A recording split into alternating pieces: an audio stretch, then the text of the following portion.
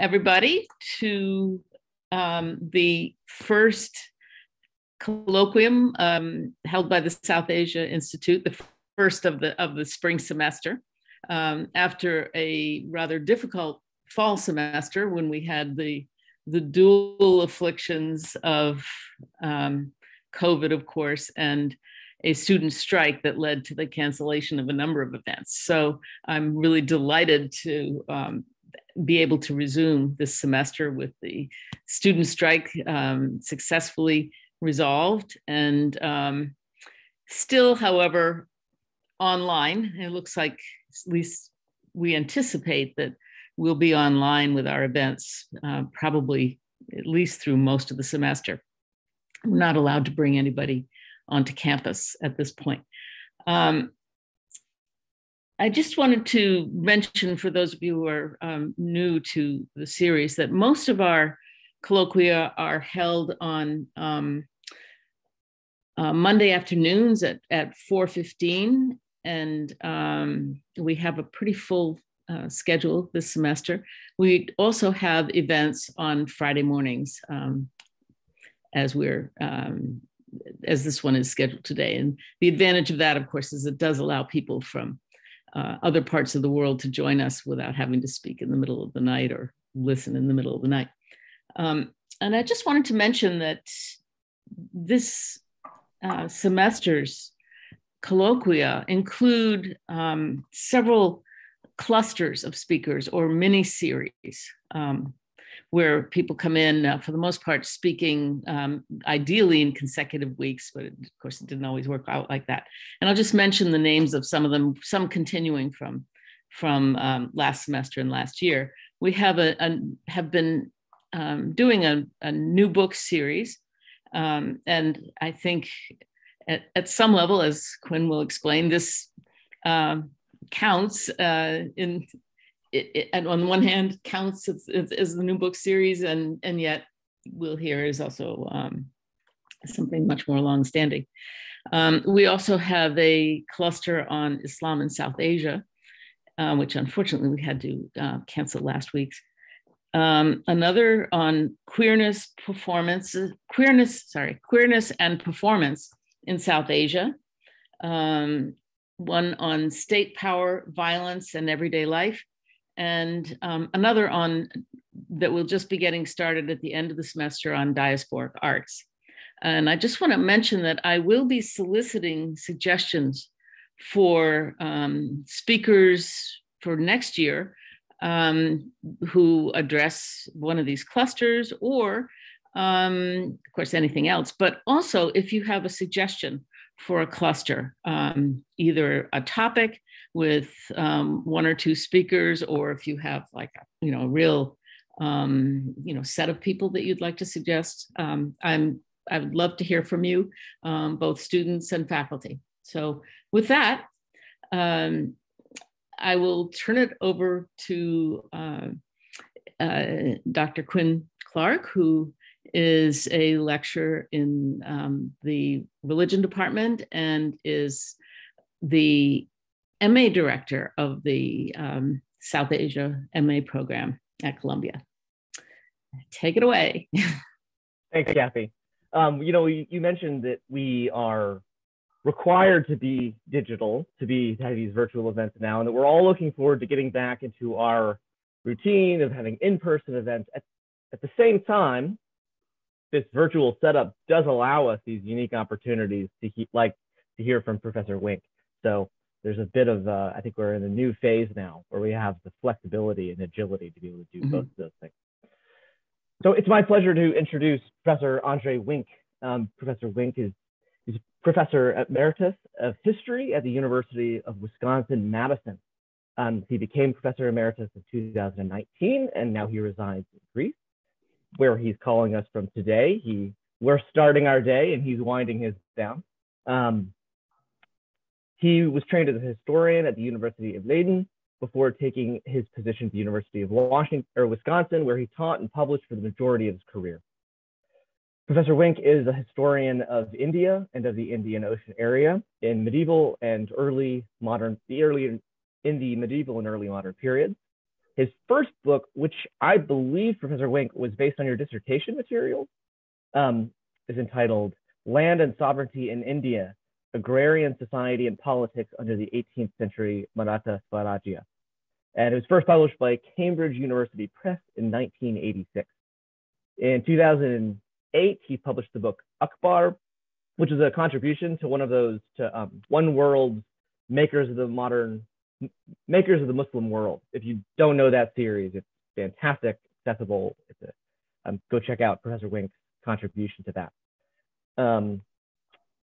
He edited a volume entitled Islam, Politics, and Society in South Asia in 1991. If I were going to read all of the titles of his articles, encyclopedia entries, and book chapters, we would be here until March. So I'll just mention a few, such as his contribution to the Oxford Handbook of World History, entitled South and Southeast Asia, the expansion of Islam in India in the Cambridge History of Islam, Volume 3, and recently, Afghan Caravan Trade and Imperialism in India, published in Chugata. But if you're familiar with Professor Wink's work, surely you know of the Al-Hind series. So the Al-Hind series, which at least as of today consists of 3 volumes, and now also a standalone project simply titled The Making of the Indo-Islamic World, 700 to 1800 CE. The Al-Hind series is a work of staggering proportions. Just in terms of publication dates, it spanned 14 years, but as Professor Wink has said, it's a project that's gone on far longer than that. The volume 1 is entitled Early Medieval India, an Expansion of Islam, 7th to 11th centuries, published in 1990. Al-Hind volume 2 is entitled Slave Kings and Islamic Conquest, 11th century to 13th centuries, and the first published in 1997. And Al-Hind volume 3 is entitled Indo-Islamic Society, 14th to 15th century. So this all leads to today's occasion, which is not just an opportunity for us to hear from Professor Wink, but also to celebrate the latest release, which is dropped the Al-Hind primary title and is now just titled The Making of the Indo-Islamic World. And it was published in 2020 by Cambridge University Press. So he describes it as a work of synthesis and interpretation, and its attempt to make his findings of his previous and ongoing work, quote, more accessible to specialists and a larger audience. Those interested in the fields of world history, Islamic history, South Asian and Southeast Asian history, Central Asian and Mongol history, as well as European, medieval, and ancient history. If that strikes you as a tall order, that's what makes the book so unique. It is compiling 1,100 pages worth of detailed historical analysis into a nice, crisp 250-page monograph. So you could take 3 volumes with you on the subway. But there's more. This Al-Hind series was envisioned as a 5-volume series, and I was speaking with Professor Wink beforehand. The Making of the Indo-Islamic World, you can get a sneak peek of some of the findings and analysis that will be contained in volumes 4 and 5, but volume 4 is also set to come out soon. So make sure you set a Google alert or something like this for Al-Hind volume 4. I won't take any more time because you don't want to hear from me, you want to hear from Professor Wink, but I'll just read a quick excerpt from the book that I think will frame not just this most recent release, but the broader project as a whole. He writes, historical geography teaches us that India was not a national state with clearly demarcated boundaries, but instead a major world region, extending from Afghanistan and the Makran coast across the subcontinent to the Malay-Indonesia archipelago, with open frontiers. From a world historical perspective, the long-term development of this major world region is best understood as the outcome of a shift in the relationship between the sedentary peasant society of the Indian River Plains on the one hand, and the nomads of the world's great arid zone and seafaring populations of the Indian Ocean on the other. The book thus presents a history of the Indo-Islamic world as the outcome of the fusion of these different types of settled and mobile communities. So with that, you can do your digital welcome, and welcome, Professor Wink. Great, thank you. Well, thank you very much for this excellent introduction. The title of this short talk that I'm going to give is indeed the same as the title of that new book that I published in 2020, late 2020, during actually what was a lockdown here in Greece. And so I haven't really been able to talk about it very much, although for some time now I've been doing Zoom lectures on it some here and there. But it's a sort of a very small book, about 250 pages. It also published in paperback, you can see it here. And I wrote that essentially at the request of the editor at Cambridge, who asked me to do this because she felt that my Al-Hind series had become a little bit unwieldy by now, and that most people wouldn't find the time to read thousands of pages. In defense of my approach, I would say, however, that I began this book in 1986. And that was long before the rise of the internet, which led to a whole new universe in a way. I wrote this first volume of Al-Hind. Where is it? Oh yeah. Well, somewhere around here. Oh yeah, here it is. This is the Indian edition. This first volume was written with a fountain pen and had to be typed several times by the departmental secretary at Leiden. So this was really a different time, and in those days, Indian history was still quite small. Everybody knew everybody. And I had a completely different idea of what was required to, what my ambition was at the time, very different from what it would be now. A few people were doing it, and I thought that I had to write a 5-volume series. I already decided that in '86, and that it had to have an Arabic title. That was not because I was encouraged to do it.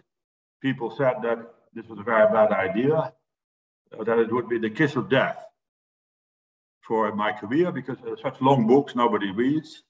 It's a 19th century idea, and people didn't know Arabic, so they wouldn't understand the Arabic title either. It would be a very bad idea to start this project. And I completely, with the foolishness of youth, I ignored this advice. So I got sort of stuck with it. And after 2004, it had become three volumes. And I'm now finishing the 4th and the 5th volumes. So it was a very good idea, I think, from Cambridge to write a short summary and a revised and updated sort of account of whatever it was that I was trying to say in the long version called Al-Hind. So I have to say this is a new book, and it has some very new interpretations that are not found in the Al-Hind series. I also tried to sharpen some of the conclusions that I drew before. And there's a lot of material in here in the new book that will come out in a longer version in volume 4 and 5. So if you are short of time, and who isn't short of time these days, this is really the book that you might want to take a look at if you're interested in this kind of history. Many things have changed, and I would say it's a different book. It's also relatively affordable, $19.90 on Kindle, the price of 2 Sunday editions of the New York Times. Not that much. People can't complain that my book is too expensive, I would think. So some things have also remained the same. Probably the most important concept in the book that I try to use is that of the Indo-Islamic world itself. I use this term, and I continue to use it. I find it useful. I don't think many people use it. I don't see it anywhere else again. But in the Indo-Islamic world, it's a useful concept to draw attention to the fact that the Islamic world extends beyond the Middle East towards India and Southeast Asia. By using this concept, I, however, do not mean to suggest that we should define this world religiously. It's just a useful term that everybody can understand. And it's a useful corrective also to the very common problem that let's say, the general public still thinks of the Islamic world as in the Middle East, of course. I wouldn't say that that's entirely unjustified, because after all, Mecca and so on is in the Middle East, it's in Arabia. And in spite of all the talk about mini Meccas elsewhere or Asian Meccas, only Mecca is the Mecca of Mecca, we might say. So yes, it is certainly, there is a certain bias towards the Arabian Peninsula in the Muslim world, and many things are written in Arabic. The most important texts, in fact, produced in the first 3 centuries of Islam are in Arabic, in the so-called, and they're written during the formative period, and the Quran itself is in Arabic. So there is a certain tendency to think about the Muslim world as centered on the Middle East. And this will always be the case, I think. It's to some extent justified. The Arabs under the Umayyads and the early Abbasids indeed created what I call the first Islamic world, quote unquote. The first Islamic world is indeed dominated by Arabs. So I am trying to draw attention in this book to what I like to call sometimes the second Islamic world, namely the Indo-Islamic world.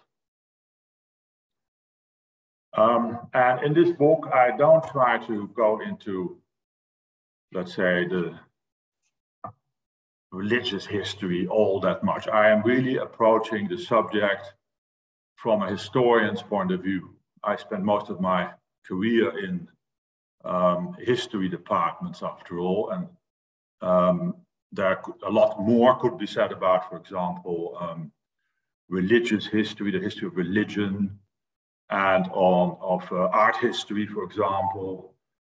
I don't do that, and I don't need to apologize, but this is a historical work. It's a very important, big subject, as you will readily admit. I talk about a millennium of history. It goes from about 700 to 1800. It's an enormous area, as I will explain in a second. The millennium of history. The size of the Indo-Islamic world is actually, it's larger, it surpasses the size of the Arab and Islamic world. There are more Muslims, in other words, who live in the Indo-Islamic world than in the Middle East. Slightly more, not very many more, but slightly more. I wonder now, after I have identified a first and a second Islamic world, is there also a third Islamic world, perhaps? Perhaps, I think there is. That would be the Ottoman, perhaps the Ottoman world, the Turco-Greek or Turco-Hellenic or Hellenic Islamic world. That's where I'm currently living. It's sort of the Ottoman Greek universe that could be considered as the third Islamic world. I won't be talking about that, although the fourth volume of my Al-Hind will feature a kind of comparison between this Greek Islamic world, which also goes back for about 1,000 years, and the Indo-Islamic world. I will today only talk about the Indo-Islamic world, and I was going to ask you, Quinn, if you can show me the map that I tried to send you. Do you still have it? Yeah. Okay, so this sort of shapeless thing here, that is what I call the Indo-Islamic world. Always have. As you can see, it runs from eastern and southern Afghanistan all the way up to eastern Indonesia. So not everybody uses, talks about Indian history in this way. I do though, and this is part of a Dutch tradition perhaps. In the Netherlands, we always talked about the East Indies, and in Indian studies, I was after all a student in the Netherlands and spent a lot of time, for many years I taught in the Netherlands. We consider the Southeast Asia as part of India in a way. In Dutch it is called India. We call it the Indies, and so the whole area which is Indianized, from Ghazni and Kandahar, Kabul and so on, across India as we know it today, and or across the mainland of Southeast Asia, and all the island world up to Irian Jaya and the Spice Islands. That is what I call the Indo-Islamic world. And this map shows the Indo-Islamic world around 1700 AD. So I wouldn't call it, I call it the Indo-Islamic world, but the people who live in this area are not always Muslims. I just said that the majority of the world's Muslims live in this area. Yes, but the majority of this region is not Muslim. There's an enormous number of people here who are not converted to Islam, or are not considered Muslims in any way, do not consider themselves Muslims. I do consider them part of the Indo-Islamic world, however. And many retain their ancestral traditions, whether you call them Hindu or Buddhist or pagan, polytheistic traditions. These are part of the Indo-Islamic world. So I don't want to isolate the Muslim part from the West. That's actually some kind of approach that the Encyclopedia of Islam may follow, but I don't think it's justified to write a history book, of course.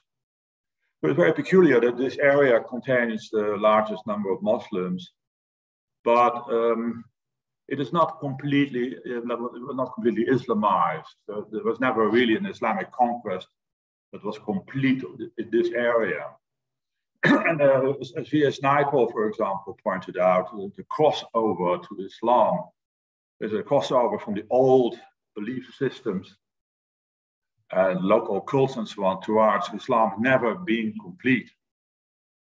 And sort of what is happening here, what has been happening here, is something that we might consider as somewhat analogous to what happened in late antiquity in the West or in the Middle East, where there was a crossover from late antiquity and polytheistic universe of late antiquity towards Christianity and then Islam.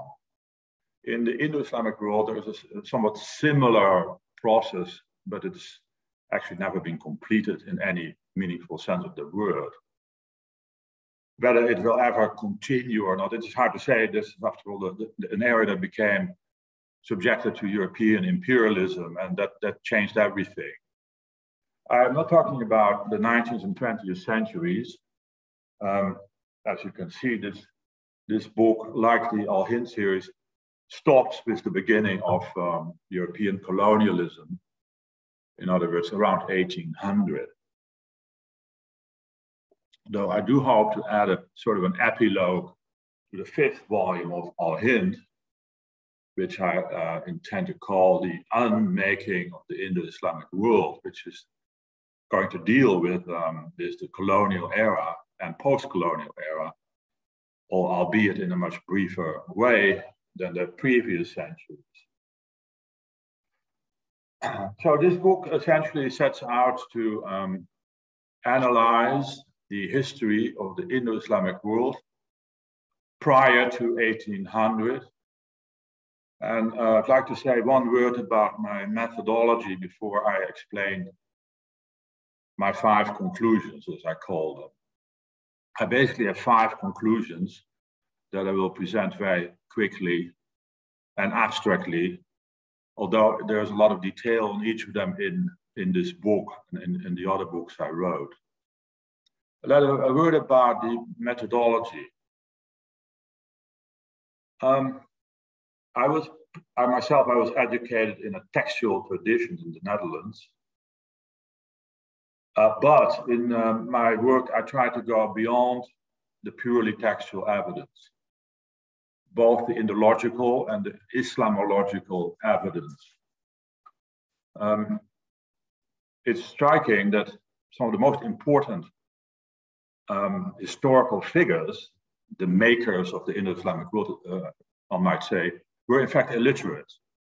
Not only Akbar, but also Timur and, for example, Hyder Ali, Alauddin Khalji in the 13th century was also illiterate. Many illiterate people were extremely important in the making of this Islamic world. That's not the reason I want to go beyond the textual traditions. I think that textual traditions are very important. They're indispensable to write history. I think that it's important to write, to study textual tradition in both vernacular and non-vernacular, both the Islamic part, the non-Islamic part, and so on. And if possible, as much as possible in the original languages. I will also attach great value to that. Translations are, of course, also useful, but it's really important to read as much as possible in the original languages. I think that this is all very, very important, and I've done it myself for many decades I think now.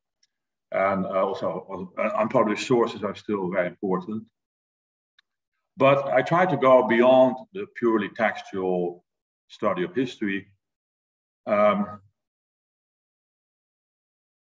tried, for example, to take account of geography very much, and environmental studies, and what we may call the natural archive. Historians are doing this, of course, everywhere in the world. For example, in a work by Kyle Harper called The Fate of Rome, you can see what the natural archive can yield in a field that has been really well developed, namely Roman history, which is much better developed than Indian history, of course. 200 years, for 200 years, people have been working on it and more, but the natural archive, as he defines it, still yields great new insights about the fate of Rome. And I think Indian history, the natural archive, should be explored in a massive way. It is really important, I think, for the future of Indian history. And I've tried to open up that field a little bit. I am aware that I have done only some work in it. Much more work can be done in it. I consider that one of the most interesting future, potentially fruitful developments. I also, therefore, use archaeology a lot and historical anthropology in the study of law, for example. Above all, world history, I think, although there has been a shift away from grand narratives in history, world history is bringing us back to grand narratives, if you want it or not. You have to have some kind of idea of the long-term world historical development, which is to say the comparative history of your region. If you're still in a region, you have to understand how it looks as seen from other parts of the world. So world history is also very important to me. And I developed, as I write in the first volume of Al Hind, I developed an interest in world history after I met, in fact, William McNeill in Sweden. That was very helpful to me to break out of my, until then, somewhat perhaps more old-fashioned approach, which I had developed at Leiden University, although I do not want to suggest that Leiden University is necessarily a sort of a hidebound place. No, not at all. I was actually very happy to be there. And at the time I felt it was really a good place to be. But I did learn a lot from spending a few days in Sweden in the presence of William McNeill. Although my approach, I cannot say that it is like William McNeill's, but I opened up to world history at that time. And I consider that a useful dimension that I might not have developed otherwise. So now that enough about the methodology. Let me explain very briefly my 5 conclusions. Yeah, as I said, I go way back. This is perhaps not very usual, but I think it's very interesting and also exciting to do that. So my first conclusion is this.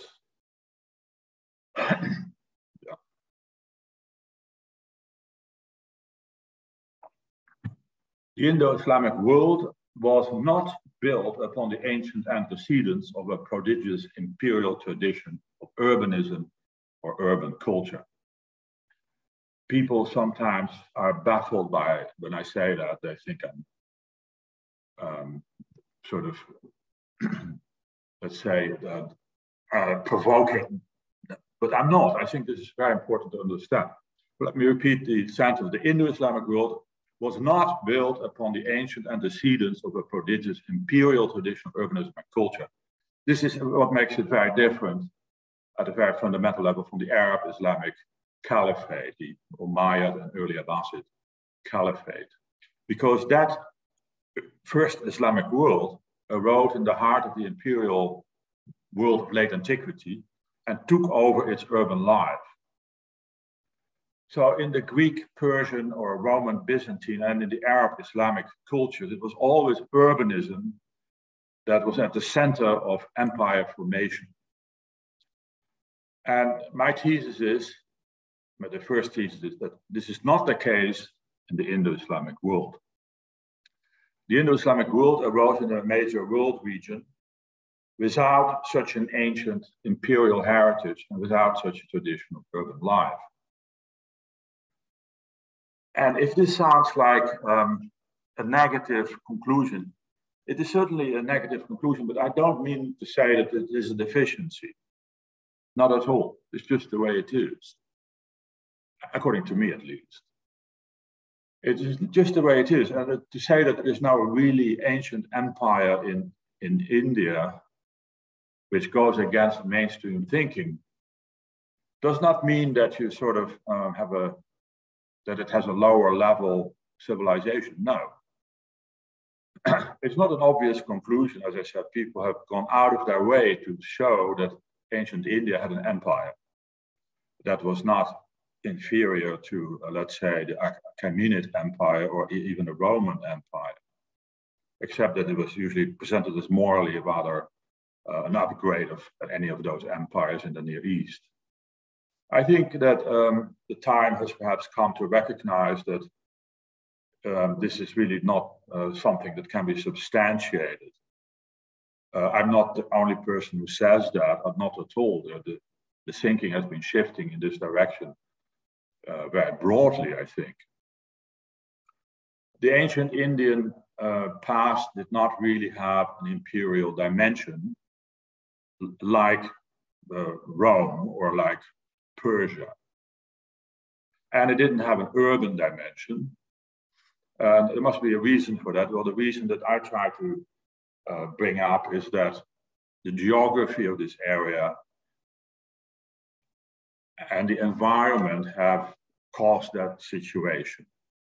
I consider the greater Indian, the world region that I call the Indo-Islamic world later, but this region that you see on the map, you can take it down actually. I don't need the map anymore. This world region, yeah, thanks, is the most unstable environment that we have in the world. The monsoon environment of the Indian alluvial river plains, which were the crucible of Indian culture, has historically been the most unstable environment of all major world regions. That's really the thesis that I'm trying to advance here. You can see that already in the prehistorical period when you look at the Indus Valley civilization, which was completely wiped out by earthquakes and floods. That is the paradigm of urban life in the Indic region. Was established right from the beginning. And I'm surprised that this has not been noticed really very prominently before. So this is one thing that I would like to say is certainly new in Al-Hind, and also I try to elaborate it again in my recent book. We find here in this region the most extreme and most frequent and highest impact environmental disruptions of all kinds, particularly hydrological, like river shifts, floods, monsoon damage, and so forth. Also earthquakes, climatological change, meteorological change, and in some parts, I'm talking about Indonesia here, volcanic. The conclusion that I draw is that India is a graveyard of cities. I mean, if you go back only until 2004, you can see a couple of those dramatic environmental disruptions. The tsunami of 2004 is an example. The earthquake in Pakistan, which is in 2005, just thereafter, also extremely damaging. Another example. There were many others even since 2004. So I try to substantiate that, and if it sounds exaggerated, I recommend you read the chapters on this, which are largely in Al-Hind 3 and in my new book. And I would like to know if you still find it exaggerated after reading that. I think it's not at all exaggerated. I also invoke on page 20 of my new book, the Authority of Babur, one of my favorite texts, about the Baburnama of the, let's say, late 15th, early 16th century. After all, the founder of the Mughal Empire wrote an autobiographical study, really, which is very interesting, and which I scrutinized like so many people did. What does Babur say about Indian urbanism? Well, exactly what I say, which is very convenient for me, of course. A quote, in Hindustan, I'm quoting from the Baburnama, and this is on page 20 of my book. In Hindustan, the destruction and building of villages and hamlets, even of cities, and here the word shahar is used, which is city, it's not just a village. Even of cities can be accomplished in an instant. Such large cities in which people have lived for years can be abandoned in a day, even half a day, such that no sign or trace remains. And he goes on, this goes on for about half a page. He says, if they want to build a city, blah, blah, blah, instantly there is a city or a village. So welcome to the instant city, I might say. The Indian city is an instant city, according to Babur. And here I have to say, I hope this sounds heretical, the colonial literature is actually quite useful, whereas the recent literature less so. For example, Richard Burton, the famous English Orientalist, we might say, the notorious Richard Burton, wrote about Sindh in a time when people still didn't know about the Indus Valley civilization. Around the 1850s, he lived there for a while. He says this about Sindh, it sounds very much like Babur. Quote, deserts spring up, cities, ports, and towns fall in the space of time which it takes the Indus to shift its bed for a few miles. So cities, ports, and towns fall in the space of time in which the river shifts its bed a few miles. And this happened all the time. There's really no place in Sindh where the Indus did not flow at some point. Now, this makes, I'm not talking only about Sindh, the whole area, which I call Al-Hind, and what is the Indo-Islamic world, is like that. If you think that is a radical thesis, read the material. I hope you still find it a radical thesis, but not an implausible one. I think that this is the most important fact, geographical fact about that we have to take into account in studying the history and settlement of this area. Now, you may object to this that I have on the cover of my book this, a photograph of Varanasi, and your question might be, how about Varanasi? Isn't that an ancient city that survived from ancient times till now? And my answer to that is yes, but only this is a partial exception. Varanasi was actually built on a kind of rock, which is a sort of a clay that is exceptional in the alluvium of the North Indian plains. It was built on hard clay, in other words, exceptionally so. But even Varanasi is not really an ancient city. What you see here is from the 16th century and after. And there's nothing in Varanasi that goes back before the 4th century AD, really. So this is a sacred city for good reason. There's a certain continuity there, but mostly Indian cities did not last very long. And they were subject to all kinds of environmental change, like in no other part of the world. Somebody has called Indian cities rurban rather than urban centers, and I think that's a very useful term. I'd like to suggest that unstable urban centers is really the norm in the whole Indic area. No city survived from ancient times. I mean, this is true in North India, but it's even more true in Southeast Asia or Bengal. So I said also some heretical things, although I don't consider them heretical anymore, about the so-called ancient empires that people have been looking at for well, at least 100 years, the Mauryans in particular, and the Guptas. I consider the Mauryans and the Guptas not real empires. I consider them forms of ritual sovereignty in the terms of Burton Stein, my late friend Burton Stein.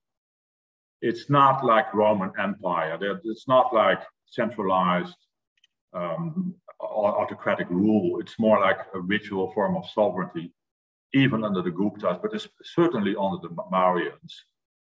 There are many specialists in the field today that would confirm that. Fusman, for example, in Paris, was an advocate of this view as well. I call it Empire Light in my most recent book, Empire Light. If you can see it, yeah. Just to make sure everybody understands. There is no imperial urban tradition that goes back to ancient times in India. There's no specific Hindu-Buddhist imperial legacy associated with the dynasties of the Mauryans and the Guptas. But that is my first thesis. And the implications of this first thesis are, of course, if I'm correct, which I think I am, are of course quite dramatic. It means that even during the Islamic era, there was not much of an urban sort of context in which the Islamic tradition could develop. In other words, there is much less of an urban and textual tradition in the Indo-Islamic world than there was in the Arab Islamic world. And this is why, for example, customary law and Indian traditions continue to be very important. This is an old idea that has been advanced, for example, in Indonesia by certain Dutch legal scholars such as Van Vollenhoven. The idea that arid law was more important than Islamic law is not something that comes out of the blue, but I try to generalize that across the Indo-Islamic world, and I try to relate it to the relatively weakly developed urban tradition in this area. So that is the first thesis.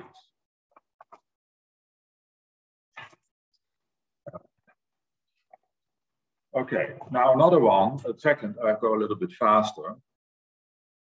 So, thesis number 2. India was not only a rural civilization, but as a rural civilization, as a settled civilization, it developed relatively late, mostly in medieval times, not in ancient times. And here I go against some of the most deeply cherished tenets of classical Indology, I'm afraid. I must say I have a very high regard for classical Indologists. I have many friends who are classical Indologists at Leiden and elsewhere. But I do think that they have done really superb work in many ways. But the view of classical Indology that India has a kind of a golden age in ancient times, and then there's a dark age after that is the view I want to abandon. And this has been a kind of very important tenet idea in classical Indology sometimes. The high priest of that view also has been A.L. Basham, of course, in his now old book, The Wonder That Was India, where he tries to make a point that India is really an ancient civilization and it goes down the tubes after the 7th, 8th century AD, when the Arabs come and then the Mongols and so forth. Is over. Then you get a period that is not interesting, he says, of incessant warfare, and nobody will be interested in that. He was wrong, because I was actually interested in it, and many others are now interested in it. I would say for Indian history, for the expansion of India's settled civilization, the Middle Ages are important, much more important than the ancient past that classical Indology celebrated. So I think classical Indology, if you know what I mean, it's sort of a German, Dutch, French idea that you can have an Indological department. The classical Indologists were right that the origins of Indian civilization go very far back, and they are in fact ancient. Almost anything in India you can consider of ancient origin, but not the expansion. There's a difference there. For example, you can see that there is the caste system, quote unquote, is already mentioned in the Veda. Yeah, you cannot go further back. It's really very old. But the expansion of the caste system is a different matter. And I would argue that this is really a medieval phenomenon. In whatever way you want to define caste, it's not something that you find in ancient India, but it is mentioned in ancient texts. So agricultural expansion and the growth of a settled society do not really begin, in my view, to become momentous important until the end of the Gupta period, early medieval times. Particularly from the 7th century on, you can see agricultural expansion gaining enormous momentum, except in one area, which is the Indus area, which is much earlier. And the reason that the Indus area is always exceptional is that it is really desert, and you could plow that area with bronze implements. You didn't need, for example, iron implements for that. And much softer soils. It was the development of agriculture in the Indus area much earlier than elsewhere. Elsewhere it was really slow, partly because of the monsoon situation, which made it very difficult to clear land. And demographic expansion was also very slow, because I argue in the book that it has something to do with the disease situation that made Indian demographic growth slower than elsewhere. So India as a settled culture develops later, in my analysis, than in the Mediterranean or in the Middle East, Iran even. So that is really my second conclusion. Settled monarchies and empires, hierarchical peasant societies, what we might call castes, and monumental architecture, they do not really emerge until very long after the Mauryans and the Guptas. Not really before the 7th century AD or thereabout. This is particularly striking in the case of monumental temple architecture. If you are looking out of the window here in Athens,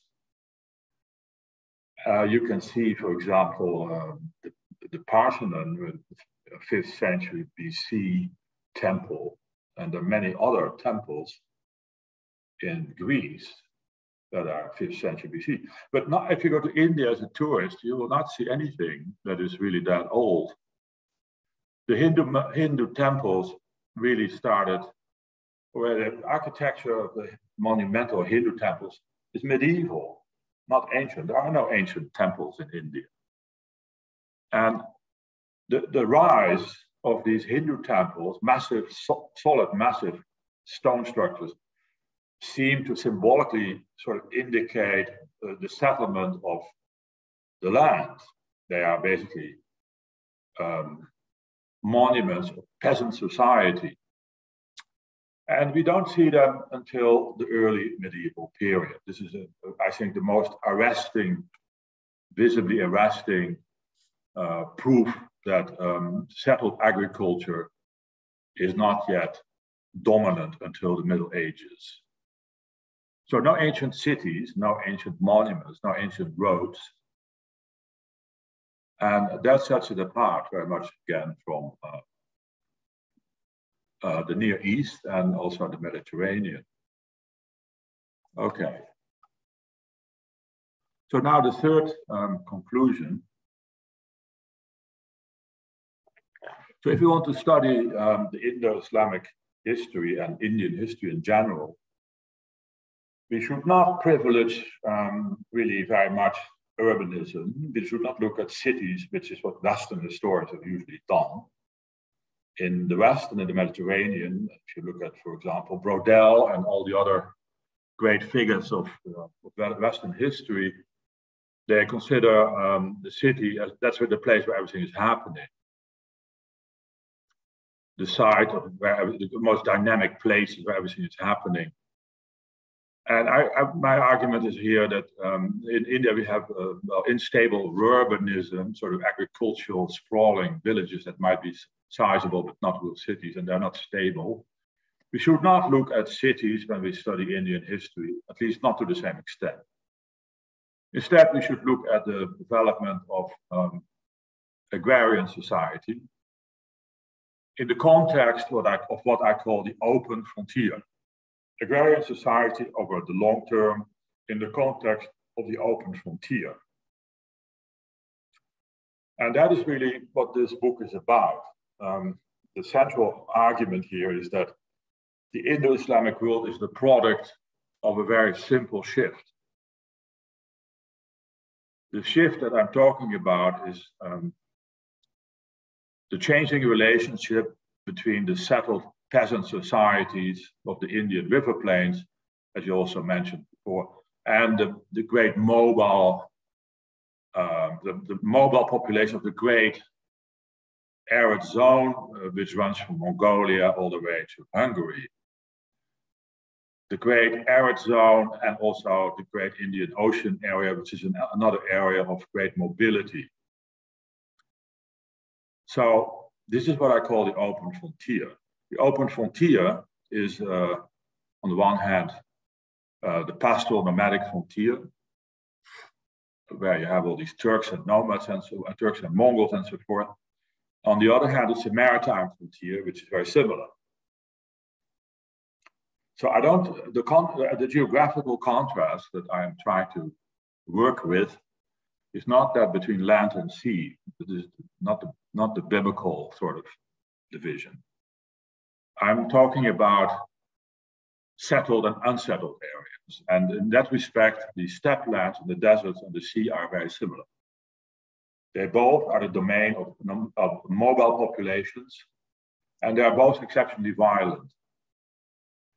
I emphasize that because, not so much because I want to make those nomads and seafaring people look terrible. No, I mention that because there has been a notion in the history of, in the writing of the history of India to look at the Indian Ocean as a peaceful zone of navigation prior to European intervention. K.N. Chowdhury, for example, in his book, he says that before the Portuguese arrived, it was all very nice and peaceful. This is, of course, an illusion that has been shattered now for a long time already. And many people would say that it is really a romantic idea that before the Portuguese, the Indian Ocean was a peaceful zone of interaction. It couldn't be more wrong. A recent work on this is, for example, Sebastian Pranger's book on monsoon Islam, he calls it. It's clear that all the evidence indicates that the maritime frontier has always been a zone of lawless and violent warfare and interactions between sort of rival groups, just like the Turco-Mongol steppes were zones of exceptional violence. More mobility, the more violence. So this twofold frontier is really of central importance in my analysis. And I analyzed that in great detail over a great period of time. It's interesting to do, but it's also very disappointing and in a way unavoidable that the text of Indian civilization, like of any settled civilization, are quite biased against this frontier. It's like the Greeks talking about barbarians and Scythians and so on. We have the same in the Byzantine area. We have the same in India. The frontier people are usually denounced in the most negative terms, as you probably know. But in this book that I try to look at these rather than as cities, not cities, but these people as really the movers and shakers of Indian history. And it shows why geography is so important. I'm not saying that this is a particularly novel idea. For example, Herodotus says the same thing. When he talks in the final pages of his Historia about soft people and soft lands producing soft people and wild places producing the conquerors. Ibn Khaldun says the same thing, except he needs about 2,000 pages for it. Yeah, essentially, this is Ibn Khaldun also. He makes it look like the empire builders are always from the lawless frontier, the wild people. He calls them the wolves. Nowadays, you don't hear many people use these terms, but in the 15th and 14th centuries, people still talked about the wolves and the sheep. The wolves were the nomadic Bedouin and the Turks and the Mongols, and then the sheep, that was the people who lived in settled cultures and were weak and addicted to luxury. So it was very clear to those people that that was a really very important dynamic. But the priests and legal authorities of India, they never gave a positive view of these people who are indeed the movers and shakers of Indian history. What they've written about the people who live on the seaboard or the shakas, what you don't want to know. So I am trying to bring these people into the equation and give them center place. The question that I try to answer is, why do they become so powerful at that time and not earlier or later? And this is also one of the big questions in the book that I had to think about for a long time. I have tried to answer it, I think, in a plausible way. There is, of course, a whole plethora of reasons, not one reason. I never argue that there is one reason. There are many reasons. But they have a lot to do with geography, with climate and demography, and so on. For example, the idea that there was a medieval warming period, which was drying out the steppe lands. I use that. I think that is very plausible still. Nomadic movements started to become more important when the steppe lands were facing climatological change, global warming in a way. Horse nomads cannot deal with dry grass lands because horses are extremely inefficient digesters. And even if there's 1 or 2 degrees change in the steppe lands, it may already cause a dramatic situation that forces people to go further south or east or west. So the great movement of nomadic peoples in the early medieval period, which was beginning then, may have something to do with global warming.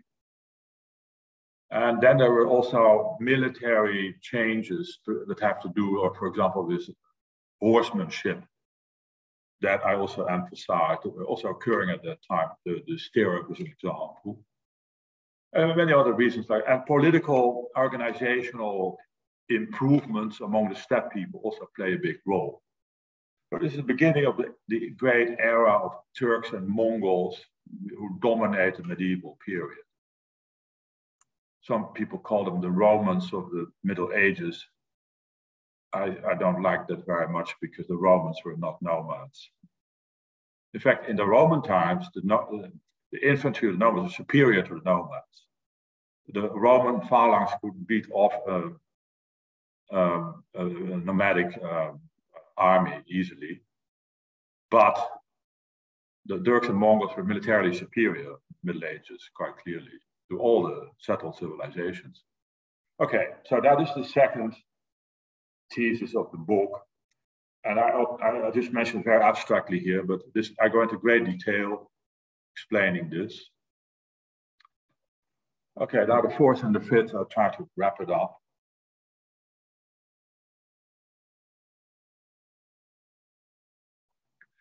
Yeah, the fourth conclusion is about Islam. I link the arrival and spread of Islam in the Indic world with the mobile populations, both on the seaboard and inland.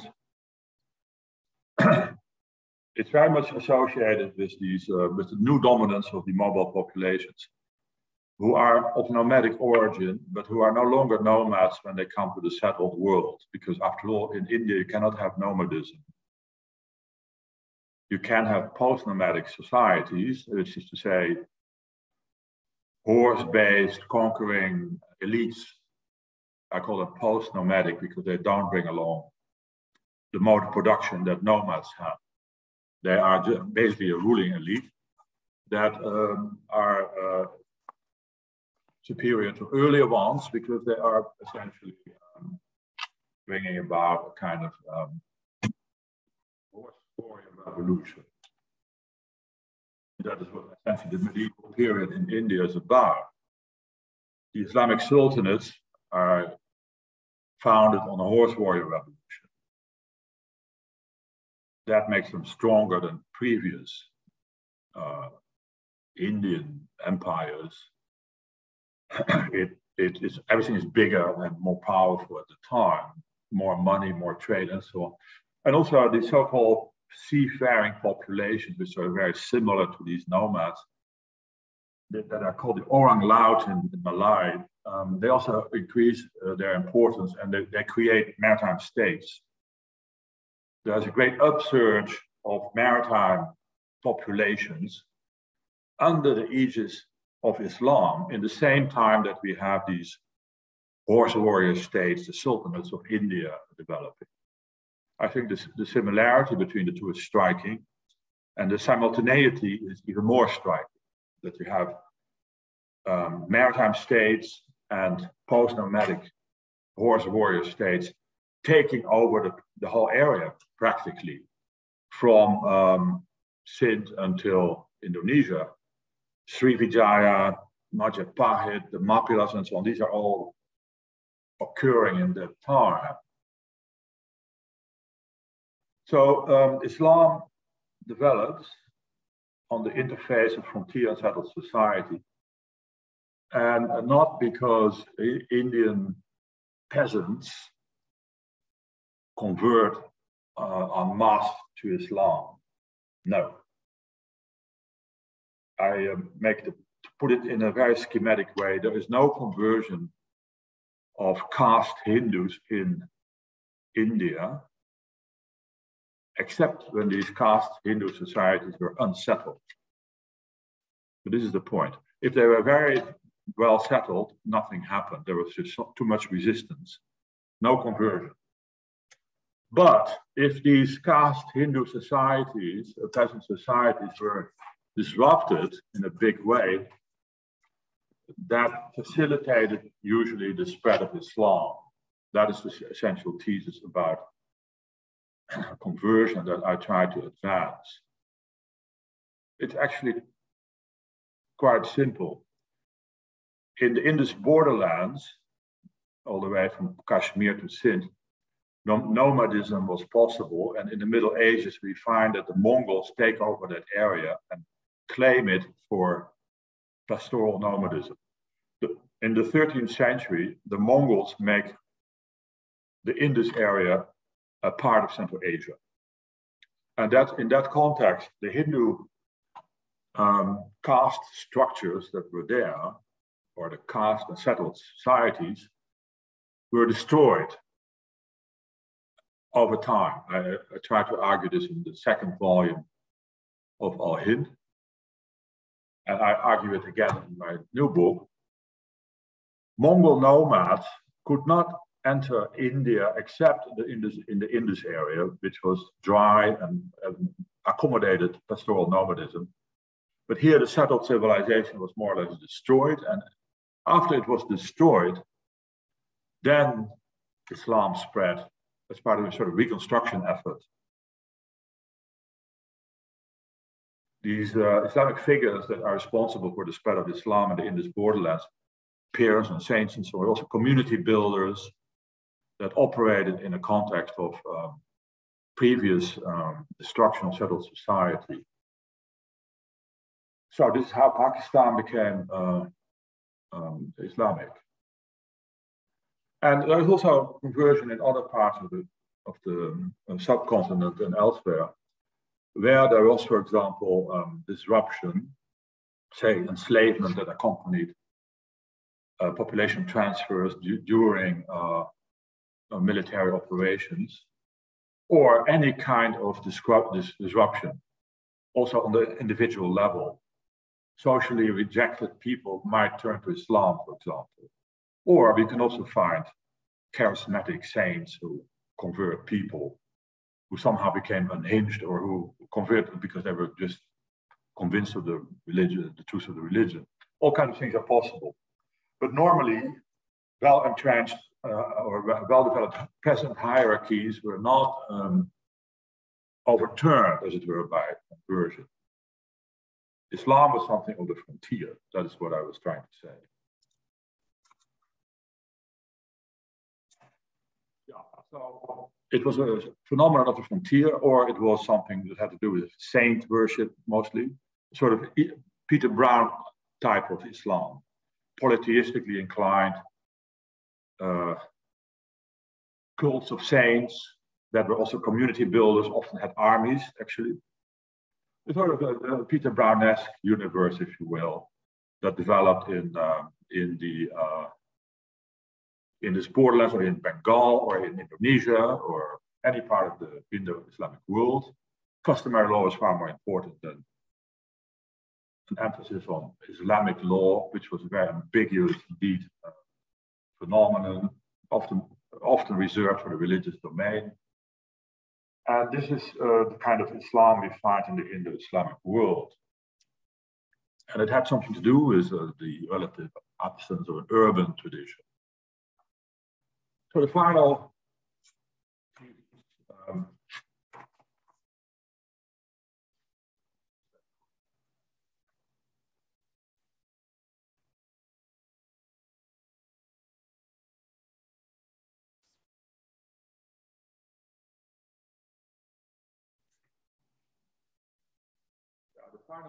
thesis about what I call, and here I take a page from Frederick Jackson Turner, what I call the closing of the frontier. If the frontier is the open frontier is the defining feature of the Indo-Islamic world, when did that world come to an end? When did the frontier close? When did this twofold frontier of the nomadic steppes and the maritime Indian Ocean, when did it close? In my opinion, it closed during the colonial era, not in the early modern era. In other words, not during the Mughal period. The Mughals have been called a gunpowder empire, and I try to debunk that idea. It has been advanced by Hodgson in the Venture of Islam. It has been advanced by a number of other people, for example, McNeill.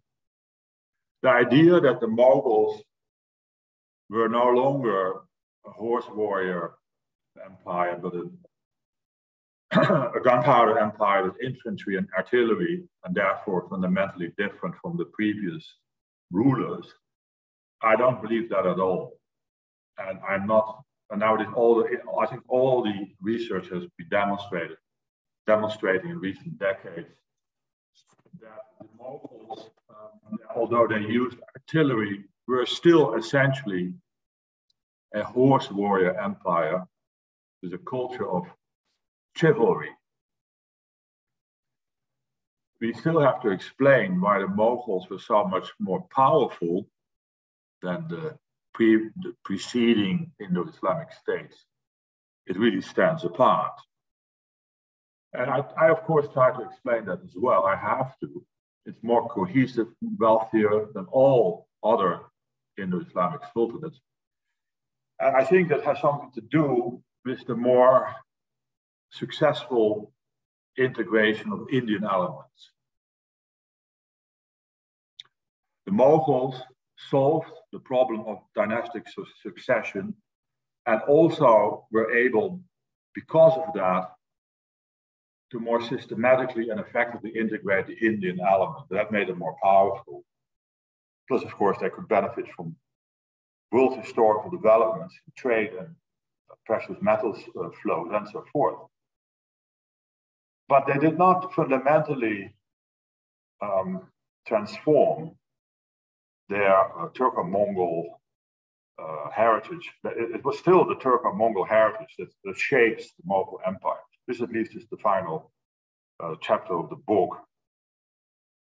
The heritage that goes back to Genghis Khan, is sometimes called the Code of Genghis Khan, was transformed by the Mughals, very effectively so, which makes them more powerful, but it was not abandoned. They did not become a gunpowder empire with infantry and so forth. That was subsidiary to their nomadic or post-nomadic Turco-Mongol identity. Similarly, I also tried to make the point at some length that the maritime frontier was not closed in the early modern period, not by the Portuguese and not by the East India companies. Indeed, we find a great expansion of Indo-Islamic trade, for example, in the Western Indian Ocean under the Mughals. We also find all kinds of newly powerful maritime states, such as Aceh in North Sumatra or Johor and on the north coast of Java. Japanese Pacific produces a whole range of powerful maritime states based on Muslim trade. Same in Malabar. If you, for example, read the book I mentioned before, Sebastian Pranger, Malabar, you can see that Indo-Islamic economic life flourished actually in the early modern period, just like the Mughal Empire. So the closing of the frontier did not happen in the 16th century. It did not happen in the 17th century. And it didn't even happen in the early 18th century, but then it gradually gets closed. And so that is really the legacy of 19th century colonialism. In other words, there has always been an open frontier in the Indo-Islamic world. And the geography of the whole area continued to be, as it were, the destiny of the area until the age of colonialism.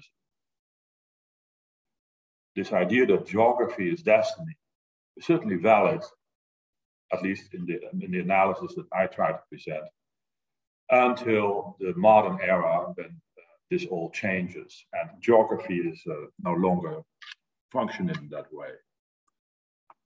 So this is essentially the thesis of my new book and of Al-Hind. And if you haven't been able to sort of picture it in this way, it's probably my fault, because it was not presented concisely enough, but now I try to present it more concisely. It also took me a long time, after all. When you do a work in progress, you learn a lot when you're working on it, and you refine your ideas. I don't think that my new book is in contradiction of my earlier books, but it has a better analytical, sharper analytical focus than the earlier works. So this is where it currently stands. Am I okay now? Yeah, we have spent an hour. Great. All I had to say. Wonderful. Thank you so much. We have about 20 minutes. Is that right, Kathy? About 20 minutes before we can field some Q&A. The most helpful thing would be to use your little raise hand, either the button or whatever, and I'll call on you and you can ask the question in your own words. But I can abuse my privilege as co-moderator to kind of get things going a little bit. And I don't know, Professor Wink, if I want to ask a more substantive question about conversion, or if I want to ask this bigger question about the project as a whole. I'll go big picture. You know, you were mentioning, what I think is kind of fascinating about this is that it's 5, I suppose 6 projects in a sense, but really it's 1. It's the Al Hind, project. You mentioned at the beginning of when you were talking about methodology, about how sensibilities in the discipline of history have changed, and that you have found the world historical model or a comparative model to be helpful over the time. What I'm curious to know is how you would characterize the change, the shift in sensibilities in the discipline of history over the course of this larger project, and how it has or has not shaped this project, your analysis of it, the way you have had to communicate to audiences and readers at different points. I don't know if that question makes sense. Yeah, it's a very good question, but it's really a very long story, how many things have changed. I can hardly recognize the field from the time that I entered it. I entered it in maybe the mid-70s, when I was sort of like a kid. And that in those days, there was hardly anybody who knew to find Balochistan on the map. And it was very small, everything. And I was initially interested in the pre-Mongol history of Afghanistan, because I had this idea that while everybody was looking at the rise of Islam under the Umayyads and the Abbasids, I thought that the real social transformation in Asia occurred only after the Mongols had destroyed the old order. So I would give enormous importance to the 13th century because it destroyed the old.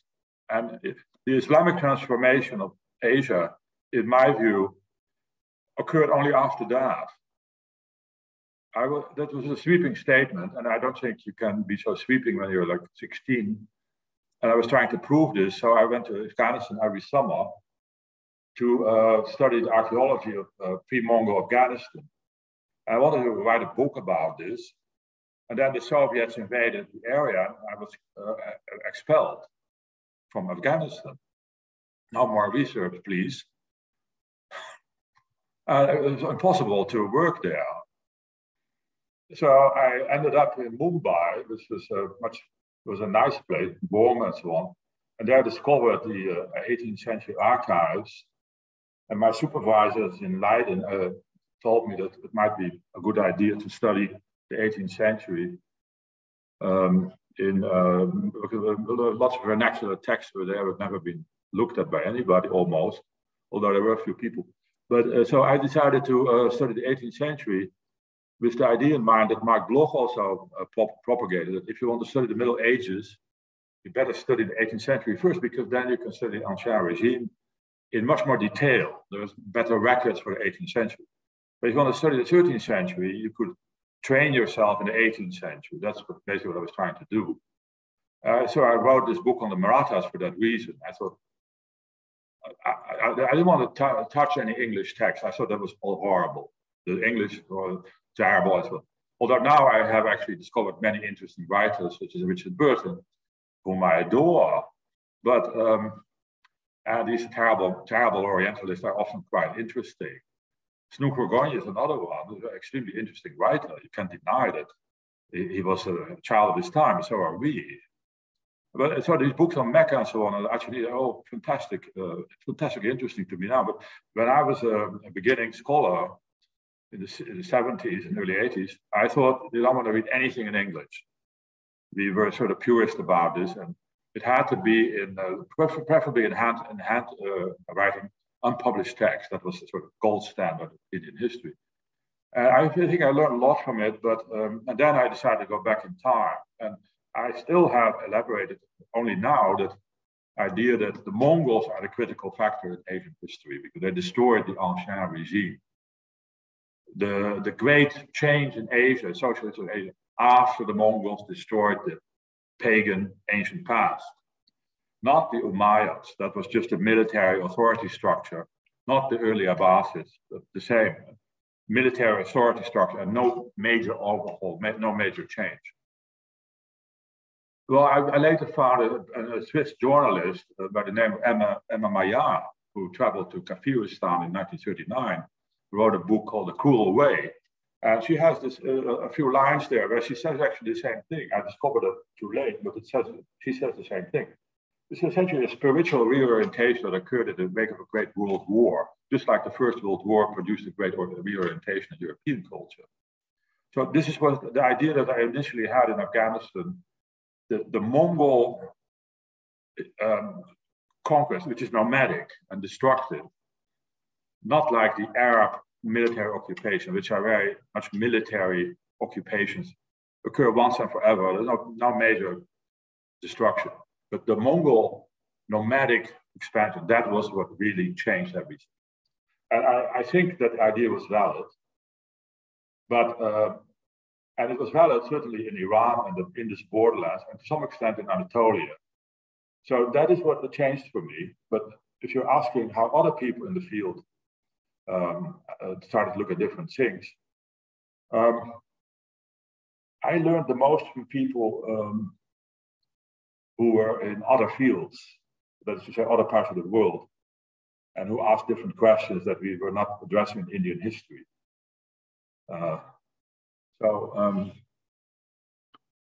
The Brodelian questions that have to do with well, the economy and social life and so on, these were all emerging at the time. I think many scholars now are doing that. And in the beginning, nobody really did that. But in 81, when I was a PhD student in Mumbai, because I couldn't go back to Afghanistan, and I wrote this whole book by default, really. There were maybe 20 people in the field that you all personally knew.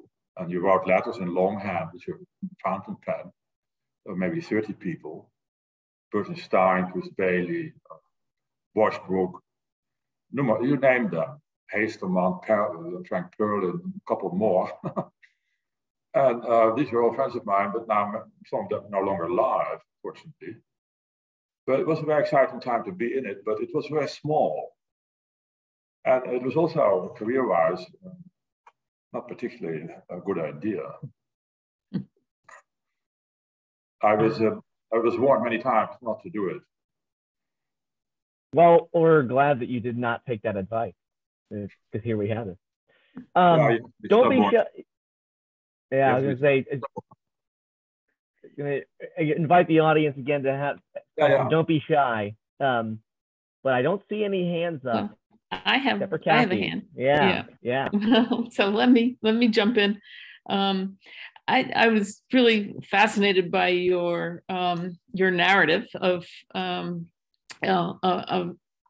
vast sweep with some really interesting points. One thing that struck me from the time you began when you were listing empires, and then again in your later discussion, say of the Mughals, was almost, I think the word Persian came up only once, and maybe twice, and you didn't mention it in the empires, and I know that you're talking about an earlier time frame than I'm used to, but recent histories of India, such as my colleagues at Columbia, Manan Ahmed Asif and Manakia, for example, have recently written really Persian-focused histories. And so I'm just wondering why it seemed so invisible in your account.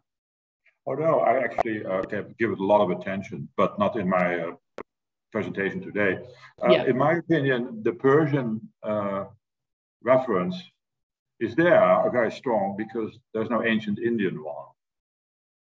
The Achaemenids, for example, are very important in the mythology of the Rajputs, and they claim to have a Persian origin sometimes.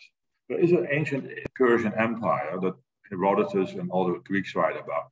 This is a very important presence. But my only claim was that in India, you do not have anything like this, or like the Roman Empire.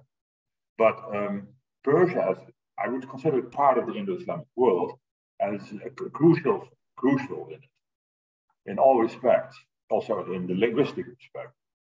But you can only do so much in an hour. I have a lot of, I totally understand why people emphasize that all the time. Many of those Persians were, of course, Mongols, but never mind, and Turks. But I consider the Indo-Islamic world really, that incorporates really very many things of Iran, Persia. Yeah.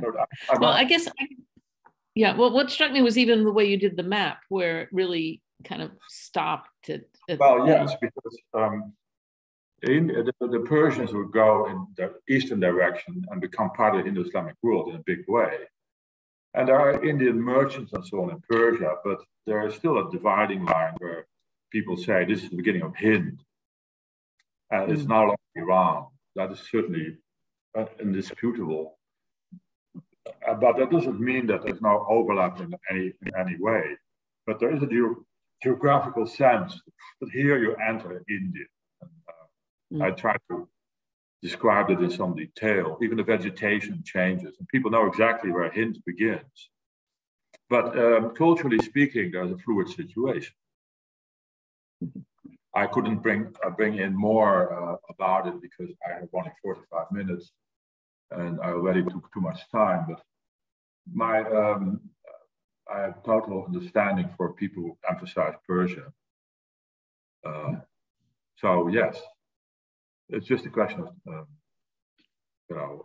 time. Didn't emphasize it yet. Okay.